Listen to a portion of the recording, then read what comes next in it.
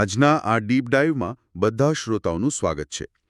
આજે આપણે એક એવા વિષય પર વાત કરવાના છીએ જે ભારતીય ઘરોમાં ખૂબ જ સામાન્ય છે. બિલકુલ.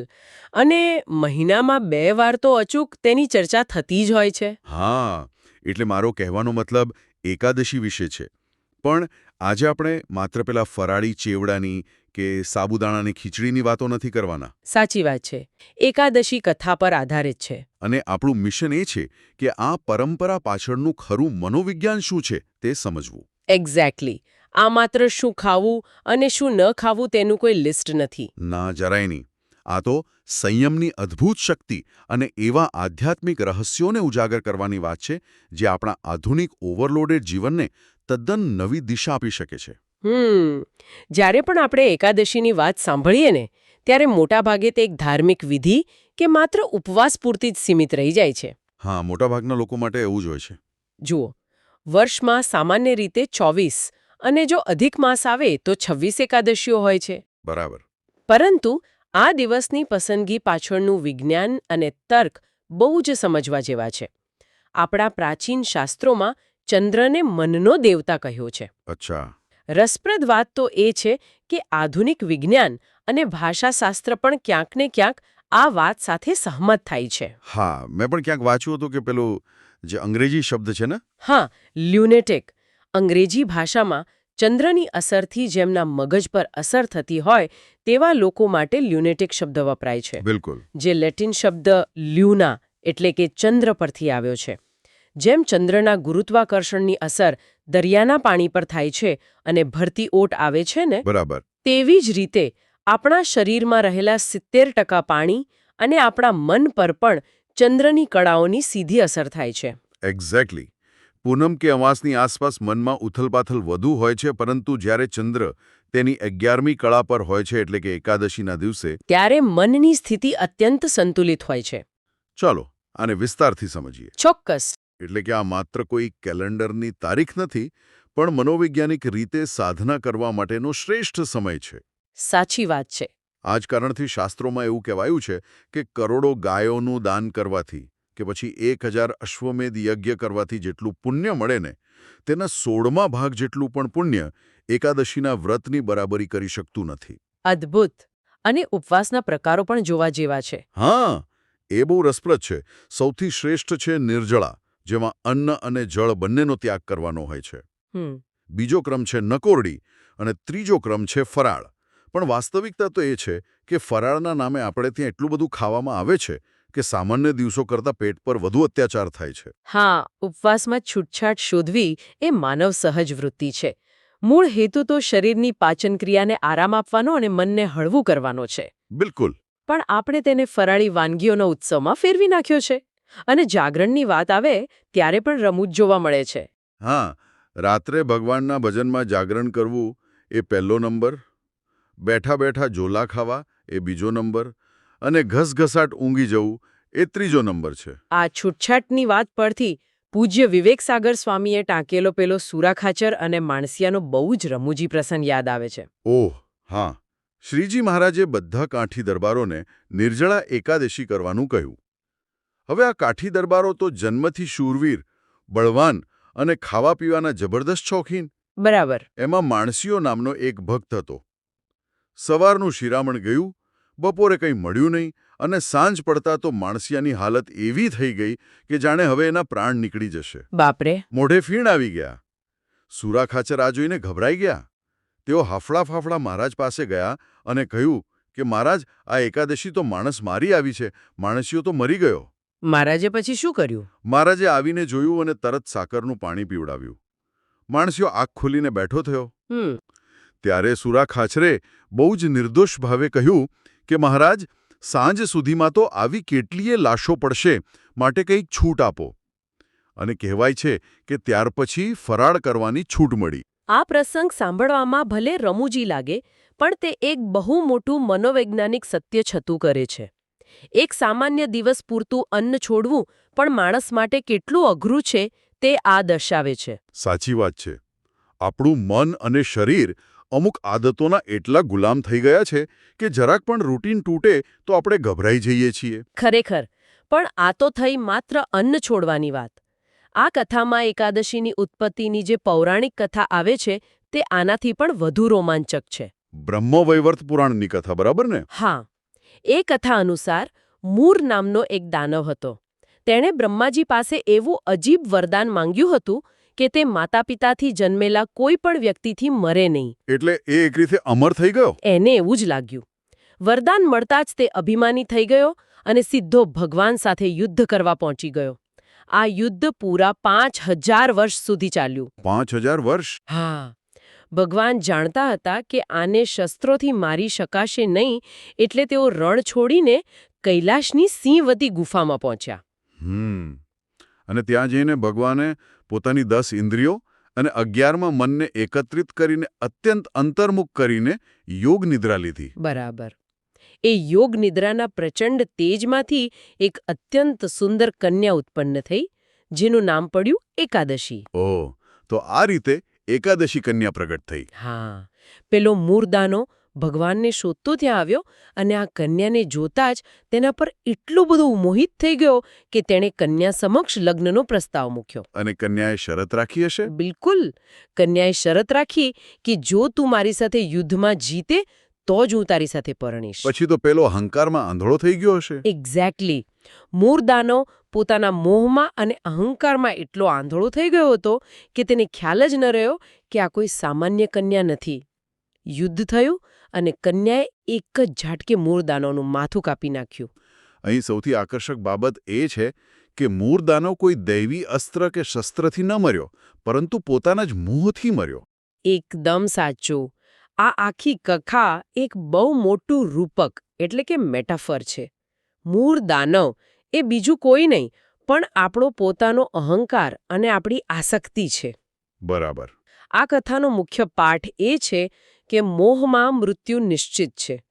પૂજ્ય વિવેકસાગર સ્વામી આ વાતને વધુ સ્પષ્ટ કરવા પ્રકૃતિમાંથી ભમરાનું ઉદાહરણ આપે છે. અચ્છા, ભમરાનું ઉદાહરણ. હા, ભમરો એટલો તાકાતવર હોય છે કે તે કઠણ લાકડાને પણ કોતરી શકે છે. પણ જ્યારે તે કમળ પર બેસે છે ને, ત્યારે તેની સુગંધમાં એટલો બધો મોહિત થઈ જાય છે કે સાંજ પડતા કમળ બીડાઈ જાય તો પણ તે અંદર જ બેસી રહે છે. તેને એમ કે સવારે નીકળી જઈશ. હા, તે વિચારે છે કે સવાર પડશે અને કમળ ખુલશે ત્યારે હું બહાર નીકળીશ. પણ ત્યાં જ અચાનક એક હાથી આવે છે અને રમતમાં કમળને પગ નીચે કચડી નાખે છે. સુગંધના મોહમાં ભમરો પોતાનો જીવ ગુમાવે છે. આ ઉદાહરણ સાંભળીને મને આજના સમયના પેલા સોશિયલ મીડિયા અલ્ગોરિધમ્સ યાદ આવે છે. એ કેવી રીતે? જો આપણે જાણીએ છીએ કે આ નકામું છે, છતાં એક પછી એક રીલ જોવામાં આપણે એવા મોહિત થઈ જઈએ છીએ કે આપણો કિંમતી સમય કચડાઈ જાય છે. એકદમ સચોટ સરખામણી છે. અને પુરાણોમાં સુંદ અને ઉપસુંદ નામના 2 રાક્ષસોની કથા પણ આ જ વાત પર ભાર મૂકે છે. એ બંને ભાઈઓવાળી કથા ને? હા, બંને ભાઈઓ વચ્ચે અતૂટ પ્રેમ હતો. તેમને વરદાન હતું કે તેઓ માત્ર એકબીજાના હાથે જ મરશે. તેમને મારવા માટે ભગવાને કોઈ હથિયાર ન વાપર્યો, પણ તિલોત્તમા નામની અતિ સુંદર અપ્સરા મોકલી. અને તેઓ લડી પડ્યા. બિલકુલ. બંને ભાઈઓ તેના રૂપ પર મોહિત થઈ ગયા અને તેની સાથે પરણવા માટે અંદરો-અંદર એટલું ભયંકર લડ્યા કે બંને એકબીજાના હાથે જ મરાયા. અને પેલો ભસ્માસુર, જેણે શિવજી પાસેથી વરદાન લીધું કે તે જેના માથા પર હાથ મૂકે તે ભસ્મ થઈ જાય. અને એ મૂર્ખ શિવજી પર જ પ્રયોગ કરવા ગયો. હા, છેવટે વિષ્ણુ ભગવાને મોહિનીનું રૂપ ધારણ કર્યું. ભસ્માસુર એ રૂપમાં એવો અંજાઈ ગયો કે નૃત્ય કરતી વખતે મોહિનીની નકલ કરવામાં ભાન ભૂલીને તેણે પોતાનો જ હાથ પોતાના માથા પર મૂકી દીધો અને ભસ્મ થઈ ગયો. આ બધી વાર્તાઓનો સાર એક જ છે કે જ્યાં વિષયો પ્રત્યેનો અંધ મોહ છે ત્યાં વિનાશ છે. ચોક્કસ. પણ આ વાર્તાઓમાં રહેલો બીજો પક્ષ પણ સમજવા જેવો છે. બીજો પક્ષ એટલે કયો પક્ષ? એ પક્ષ કે જે કન્યાએ મૂળ દાનવને માર્યો તેનામાં આટલી પ્રચંડ શક્તિ આવી ક્યાંથી? એક દાનવ જેની સામે ભગવાન 5000 વર્ષ સુધી લડ્યા છતાં હરાવી નહોતા શક્યા, તેને એક કન્યાએ એક જ ઝાટકે કેવી રીતે પૂરો કરી દીધો? આ જ પ્રશ્ન મારા મનમાં પણ આવતો હતો. આ શક્તિ સંયમમાંથી આવી છે. જ્યારે ભગવાને પોતાની 10 ઇન્દ્રિયો અને 11માં મનને બહાર ભટકતા અટકાવીને અંતર્મુખ કર્યા, ત્યારે તે સંપૂર્ણ સંયમમાંથી આ કન્યા ઉત્પન્ન થઈ. એટલે જ કહેવાય છે કે સંયમમાં શક્તિ. હા, અને ભૌતિક વિજ્ઞાનના ઉદાહરણથી સમજીએ. શિયાળાના સૂર્યના કિરણો આપણને ખૂબ ગમે છે, તેનાથી કોઈ દાઝતું નથી. બરાબર છે. પણ જો આપણે એક બિલોરી કાચ એટલે કે મેગ્નિફાઇંગ ગ્લાસ લઈને એ જ કોમળ કિરણોને એક જ બિંદુ પર કેન્દ્રિત કરીએ અને નીચે રૂ મૂકીએ તો એ રૂ ભડકે બળી ઉઠે છે. હા, આવો પ્રયોગ તો આપણે નાનપણમાં કરેલો છે. બસ આપણી 10 ઇન્દ્રિયો અને મન પણ આ સૂર્યના કિરણો જેવા છે. જ્યારે તે અલગ અલગ દિશામાં ભટકતા હોય છે ત્યારે આપણી ઊર્જા વેડફાઈ જાય છે. પણ જ્યારે તેમને સંયમિત કરવામાં આવે, એકાગ્ર કરવામાં આવે, ત્યારે તેમાંથી પ્રચંડ શક્તિ પેદા થાય છે. પણ એક મિનિટ, આધુનિક મનોવિજ્ઞાન તો એવું કહે છે કે જો કોઈ ઈચ્છા કે વૃત્તિને જબરદસ્તી દબાવવાનો પ્રયાસ કરવામાં આવે, એટલે કે તેને સપ્રેસ કરવામાં આવે, તો તે બમણા વેગથી બહાર આવે છે. બહુ વ્યાજબી સવાલ છે. તો પછી આ ઇન્દ્રિયોને મારવાની કે દબાવવાની વાત માનસિક રીતે જોખમી નથી? બહુ જ સરસ અને તાર્કિક પ્રશ્ન છે. અને આ જ સમજવાનું છે કે આપણા શાસ્ત્રોમાં ઇન્દ્રિયોને દબાવવાની વાત નથી કરી, પણ તેમને ચેનલાઇઝ કરવાની એટલે કે યોગ્ય દિશા આપવાની વાત કરી છે. અચ્છા. સૂર્યના કિરણોને દબાવવામાં નથી આવતા, તેમને માત્ર એક દિશા આપવામાં આવે છે. સ્ત્રોતમાં હેલન કેલરનું ઉદાહરણ આપેલું છે. હા, મેં સાંભળ્યું છે તેમના વિશે. તેઓ જોઈ કે સાંભળી શકતા ન હતા, છતાં તેમનામાં અદ્ભુત શક્તિઓ હતી, કારણ કે તેમની અન્ય ઇન્દ્રિયોની ઊર્જા એક જ જગ્યાએ કેન્દ્રિત થઈ ગઈ હતી. અને સ્વામી વિવેકાનંદનું ઉદાહરણ પણ આ જ વાતની સાબિતી છે ને? મેં વાંચ્યું છે કે એકવાર તેઓ અમેરિકામાં કોઈના ઘરે હતા. ત્યાં એક અત્યંત દળદાર પુસ્તક હતું. હા, એ બહુ પ્રખ્યાત પ્રસંગ છે. સ્વામીજી માત્ર પાના ફેરવતા ગયા અને અડધા કલાકમાં પુસ્તક નીચે મૂકી દીધું. જ્યારે તેમને પૂછવામાં આવ્યું ત્યારે તેમણે કોઈ પણ પાનાનું લખાણ શબ્દસહ કંઈ સંભળાવ્યું. આ ફોટોગ્રાફિક મેમરી તેમને ક્યાંથી મળી? બિલકુલ. અને સ્વામીજીએ પોતે જ આનું રહસ્ય ખોલતા કહ્યું હતું કે આ કોઈ જાદુ નથી, પણ આ 12 વર્ષના અખંડ બ્રહ્મચર્ય અને ઇન્દ્રિયોના સંયમનું સીધું પરિણામ છે. અદ્ભુત. જ્યારે ઊર્જા બહાર વેડફાતી બંધ થાય છે ત્યારે તે સ્મરણ શક્તિ અને બુદ્ધિના રૂપમાં ખીલી ઉઠે છે. અહીંથી વાત ખરેખર ખૂબ જ રસપ્રદ બને છે, કારણ કે હવે આપણે એકાદશીને એક ધાર્મિક માળખામાંથી બહાર કાઢીને આપણા પોતાના મનના કંટ્રોલ પેનલ સાથે જોડી રહ્યા છીએ. સાવ સાચી વાત. વિવેકસાગર સ્વામી બહુ જ સ્પષ્ટ શબ્દોમાં કહે છે કે માત્ર ભૂખ્યા રહેવું અને રાતે જાગરણ કરવું એ તો ઢોર લાંગણ છે. હા, ઢોર લાંગણ એટલે પશુઓને બાંધીને ભૂખ્યા રાખવા. જો મનથી ઉપવાસ ન થાય તો એ માત્ર શારીરિક પીડા છે. સાચી એકાદશી એટલે આપણી 10 ઇન્દ્રિયો અને 11મા મનને તેમનો લૌકિક આહાર ન આપવો. લૌકિક આહાર એટલે? એટલે કે ઇન્દ્રિયોને જે ખોટા વિષયોનો ચસ્કો લાગ્યો છે તેનાથી તેમને દૂર રાખવી. મતલબ કે આ માત્ર ધાર્મિક નિયમ નથી, પણ એક પ્રકારની સાયકોલોજીકલ ટ્રેનિંગ છે. તો ચાલો આપણે અલગ અલગ ઇન્દ્રિયોના ઉપવાસની વાત કરીએ. સૌથી પહેલા કાન એટલે કે શ્રોત્રેન્દ્રિય. કાનનો ઉપવાસ એટલે માત્ર અવાજ ન સાંભળવો એવું નથી.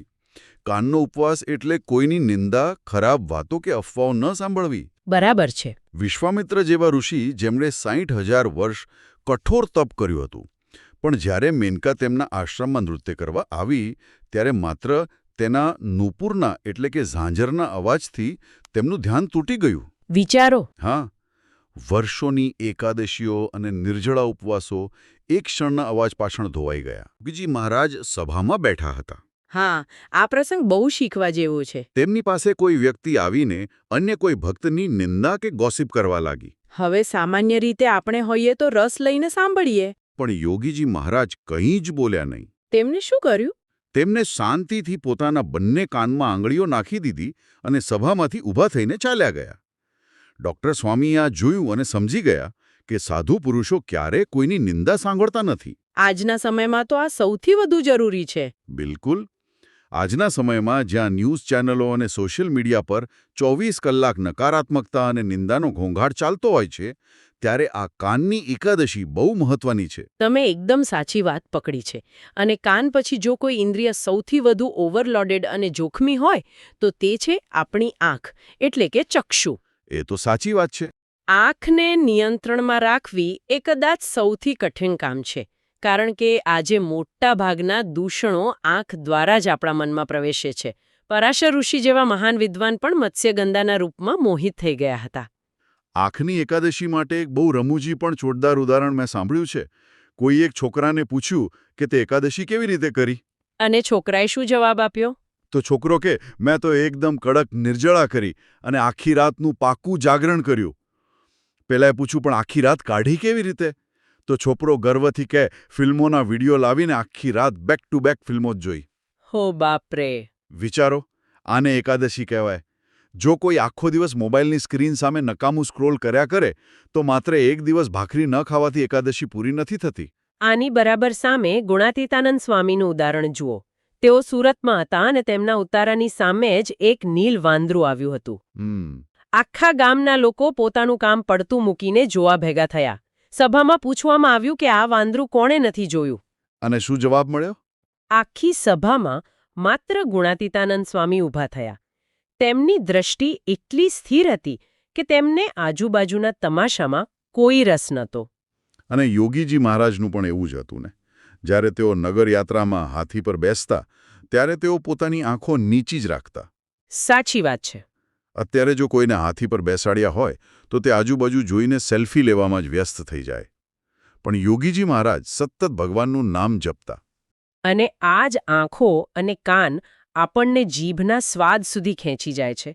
આપણા ધર્મશાસ્ત્રોમાં સ્પષ્ટ કહ્યું છે કે જીતમ સર્વમ જીતે રસે, એટલે કે જેણે પોતાની રસના એટલે કે જીભ જીતી લીધી તેણે આખું જગત જીતી લીધું. સ્વાદનો મોહ તો બહુ ભયંકર હોય છે. બિલકુલ.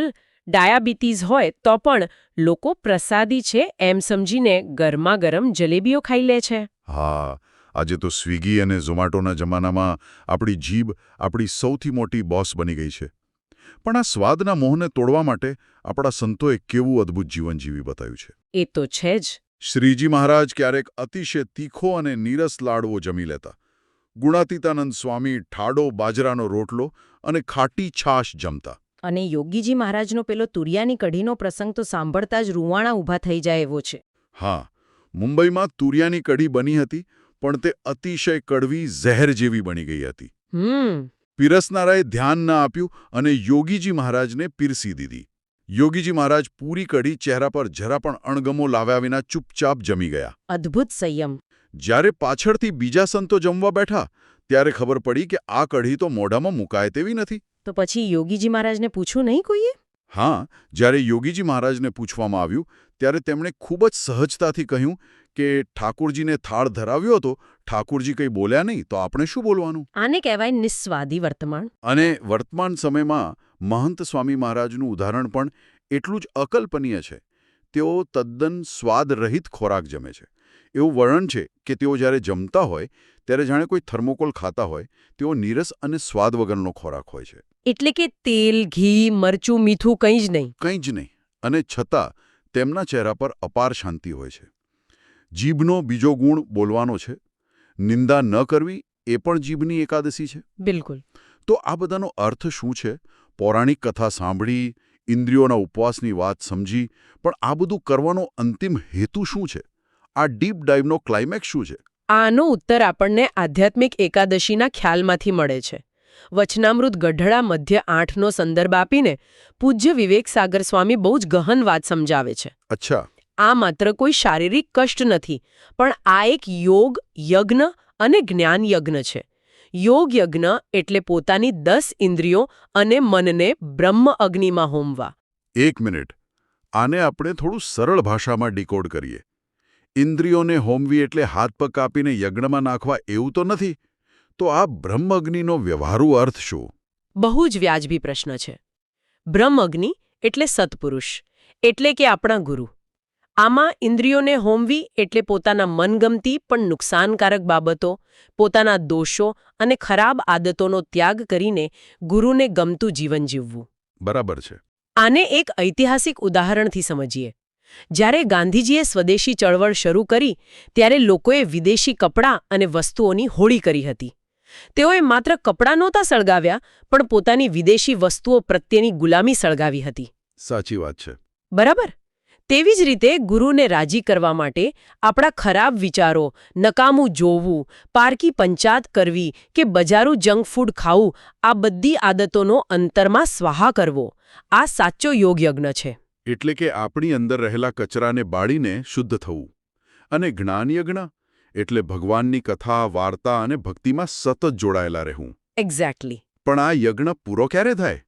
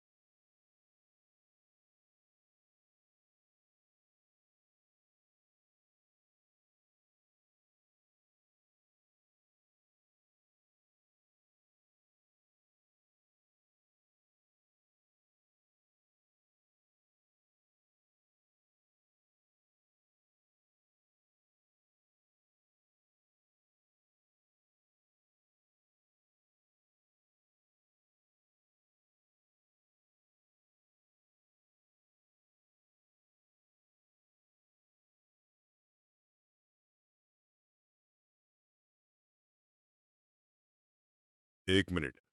આને આપણે થોડું સરળ ભાષામાં ડીકોડ કરીએ. ઇન્દ્રિયોને હોમવી એટલે હાથ પગ કાપીને યજ્ઞમાં નાખવા એવું તો નથી? તો આ બ્રહ્મઅગ્નિનો વ્યવહારુ અર્થ શું? બહુ જ વ્યાજબી પ્રશ્ન છે. બ્રહ્મઅગ્નિ એટલે સત્પુરુષ, એટલે કે આપણા ગુરુ. આમાં ઇન્દ્રિયોને હોમવી એટલે પોતાના મનગમતી પણ નુકસાનકારક બાબતો, પોતાના દોષો અને ખરાબ આદતોનો ત્યાગ કરીને ગુરુને ગમતું જીવન જીવવું. બરાબર છે. આને એક ઐતિહાસિક ઉદાહરણથી સમજીએ. જ્યારે ગાંધીજીએ સ્વદેશી ચળવળ શરૂ કરી ત્યારે લોકોએ વિદેશી કપડાં અને વસ્તુઓની હોડી કરી હતી. તેઓએ માત્ર કપડાં નહોતા સળગાવ્યા, પણ પોતાની વિદેશી વસ્તુઓ પ્રત્યેની ગુલામી સળગાવી હતી. સાચી વાત છે. બરાબર.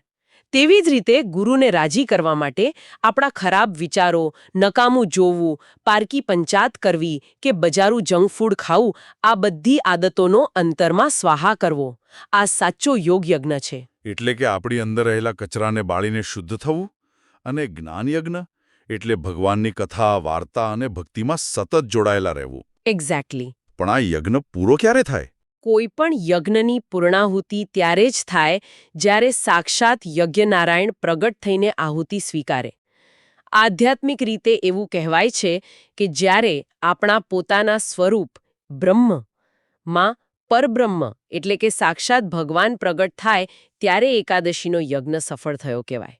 અને ફરીથી આ એક બહુ જ ભારે અને પારિભાષિક વાક્ય છે કે બ્રહ્મમાં પરબ્રહ્મ પ્રગટ થવું. હા, શબ્દો ભારે છે. સાચું કહું તો સામાન્ય શ્રોતા માટે આ સમજવું થોડું અઘરું છે. જો આને રોજિંદા જીવનની સરળ ભાષામાં કહીએ તો શું કોઈ જાદુઈ પ્રકાશ થાય છે? ના, કોઈ જાદુઈ પ્રકાશ નથી થતો.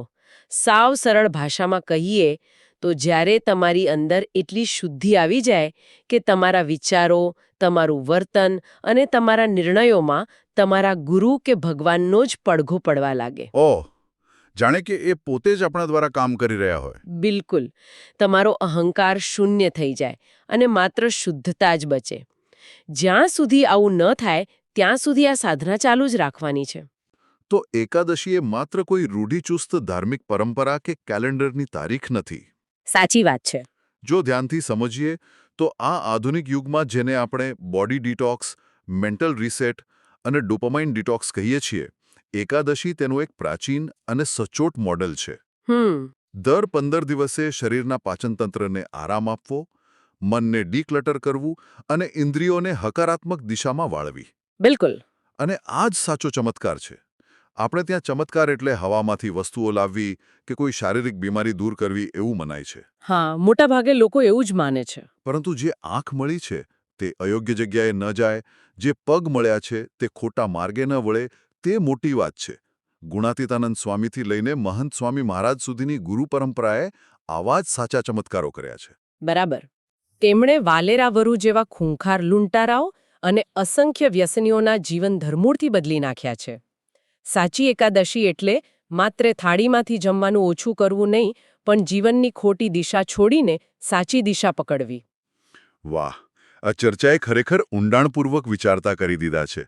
આપણી રોજબરોજની પરંપરાઓમાં કેટલું મોટું વિજ્ઞાન અને મનોવિજ્ઞાન છુપાયેલું છે. અને આ એક બહુ જ મહત્વનો પ્રશ્ન ઊભો કરે છે. કયો પ્રશ્ન?